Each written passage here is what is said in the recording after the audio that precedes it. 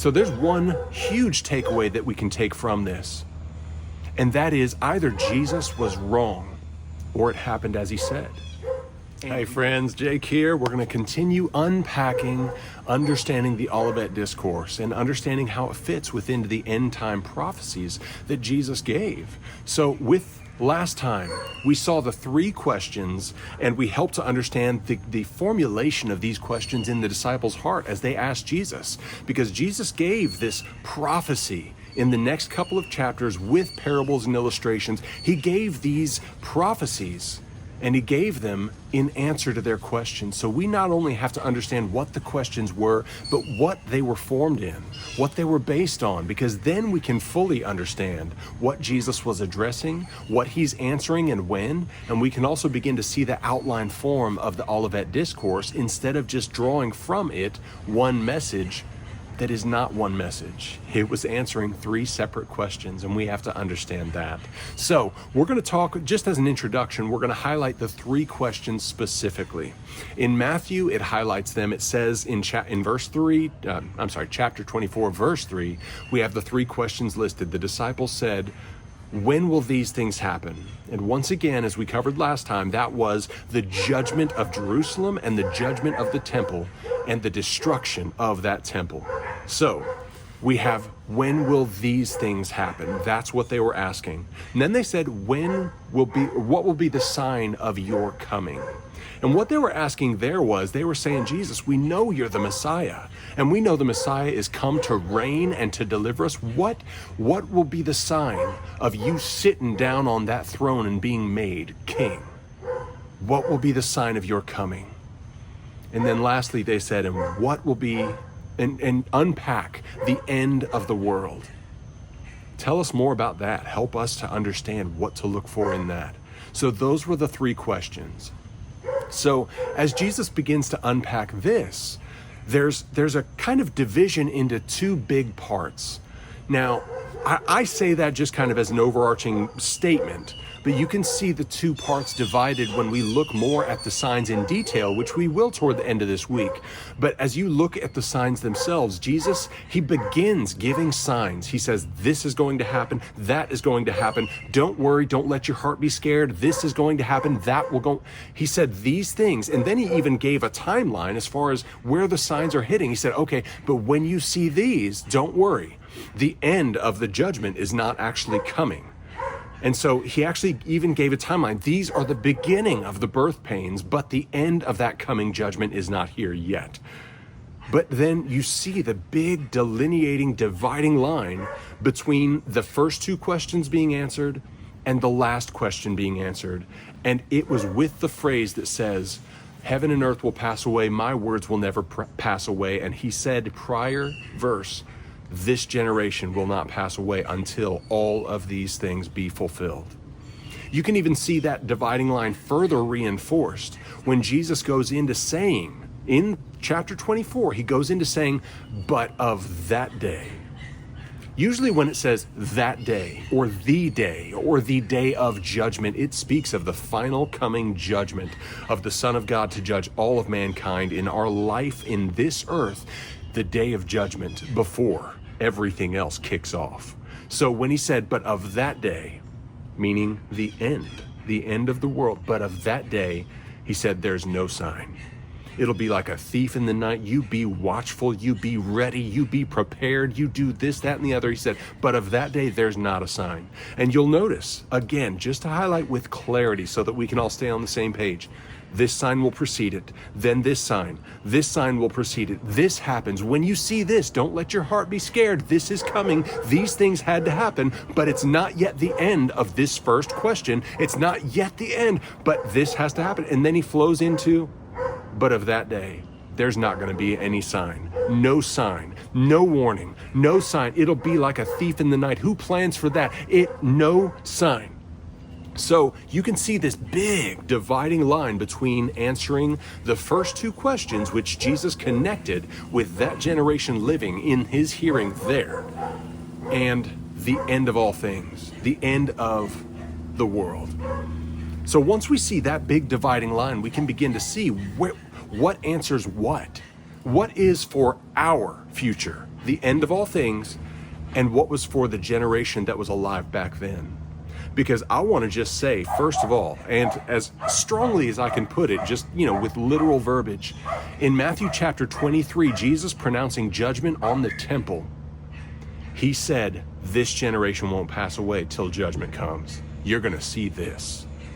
And then, after he tells of all the signs that are coming prior to that judgment and prior to his coming into his kingdom, then he puts another end cap, almost sandwiching the two together, saying, but this generation will not pass until you see all of these things fulfilled. So there's one huge takeaway that we can take from this. And that is either Jesus was wrong or it happened as he said.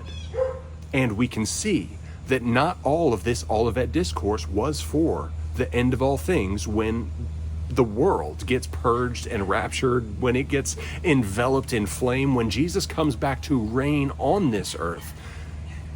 That's not about chapter 24 and 25. There's a big dividing line, and again, Jesus wasn't answering the third question from the outset to the finish. He was answering the first one.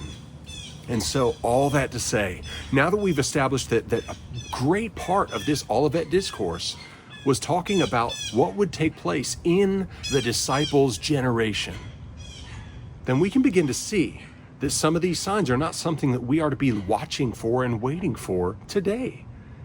There's no way to argue that unless you are mixing in man's reasoning, man's teaching, and what we have been taught to believe against what Jesus said here. Because again, there's no real good way to dance around it without just covering it with a blanket and making assumptions throughout. I can see also why it's confusing because of different words used. For instance, in verse 3 of chapter 24, the disciples said, and of the end of the age, and of the end of the world.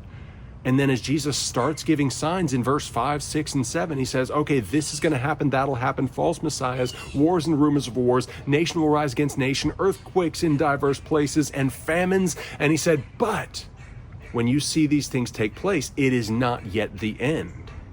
So that leads people to believe that he's saying, okay, these are signs of what's coming up, but it's not yet the end of the world, so to speak. But that's not what this was talking about. The first question was about the judgment on the temple and the judgment on Jerusalem, which was prophesied. In Luke, in this discourse, it even says that this is the day of vengeance where all things that are written must be fulfilled. So he's talking about something happening in their generation, and he's saying there's still things that have to happen to fulfill all of the prophecies that have come before. And so all this to say, one thing that's clear, the word used when it says the end of the world is a different word than Jesus said, these are just the beginning. It is not yet the end. He used a completely different word. And if you look at that word, it's the word telos. That word is actually not even used in relation to time. You don't use that word when you're saying the end of time. The time is fulfilled. It actually was saying it's the last stage in, like, let's say, a project. It is the culmination of things, events. And so you could even put it into Luke's words, where all things that are written may be fulfilled. Jesus was saying, but it is not yet the end. What he was saying there was, this is not the fullness of judgment. In other words, what he was saying was, as bad as this is, there's more to come. It's not going to let up. There's more that is going to happen. That's what he was warning of when he was giving the signs and saying, but it is not yet the end. He was saying, as bad as it is, as heinous as it looked, when you think it can't get any worse, don't be deceived. There's more coming. That's what he was saying. So I can understand why it could be easy to be swept into all the verbiage of saying, oh, this is the beginning, but it's not yet the end. This is the beginning, but it's not yet the end. But he wasn't associating this with the third question. What he was saying was, this is not the final stage of the coming judgment on this holy city. And so you're going to understand that more as we unpack the signs toward the end of this week, and as we unpack exactly what Jesus said, and then seeing if he was wrong or if it was fulfilled the way he said it would be. Because he didn't use unclear verbiage. He didn't use soft, nebulous with a lot of gray area terms. He said very clearly, exactly what would come. And we have to take him at his word and not just put a blind stamp of faith on it and believe it because he said it. We need to look and see how these things could have been proven true. Because again, the takeaway from it is that either he was wrong or they happened. And I want to show you they happened, and we'll see with more clarity how that looks. But join me next time. We're going to talk about one of the biggest misunderstood points in this initial discourse, and that is the abomination that causes desolation. So we're going to unpack that tomorrow. And I look forward to getting into that because that's also going to help to frame and set the stage as to why all these things were written and had to take place. So I look forward to doing that next time. Join me there. But share this video if it meant anything to you. Click the notification bell so you're notified so that you can continue to build this worldview and get a biblical understanding of these prophecies and see what Jesus meant when he said them, who they were directed toward, and what we are to take away from them. Hallelujah. But I'll see you next time, church. Bless you.